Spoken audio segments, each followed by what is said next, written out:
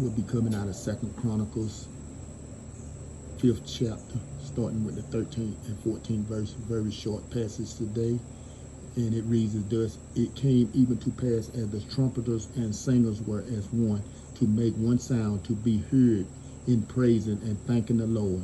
And when they lifted up their voice with the trumpets and cymbals and instruments of music, and praised the Lord, saying, For he is good, for his mercy endured forever.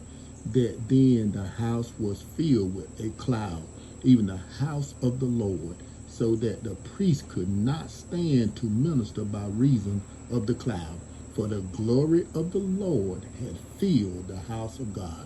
And I want to speak briefly on God never changes. For we are in a time where seasons are changing, times are changing, peoples are changing, lifestyles is changing, but we understand that God never changes. Even now we have questions on some of the buildings where people are leaving and trying to figure out where to go and what to do, but we want you to understand today that God never changes.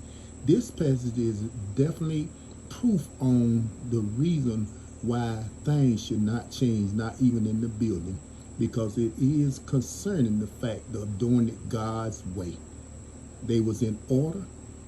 They was doing it the way God wanted them to do it, and the power of God fell in that place. And because it was so much power and glory of God in the place, that the ministers did not even have to minister.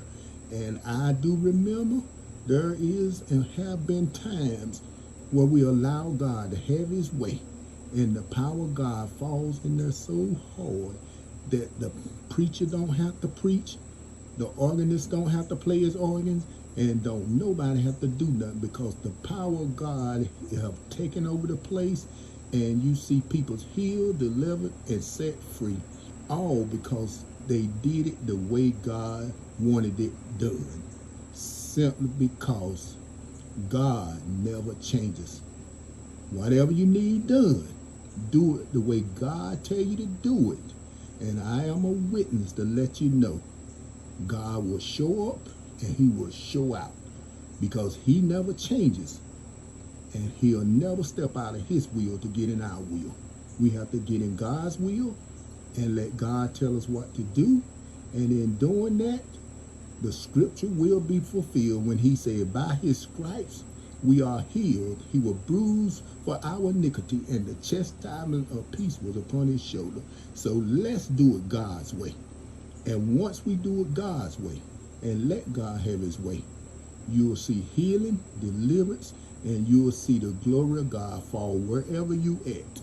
No matter where you at, the glory of God will follow every time you allow God to have his way by doing it the way God tell you to do it. Have a blessed day and be encouraged in the Lord.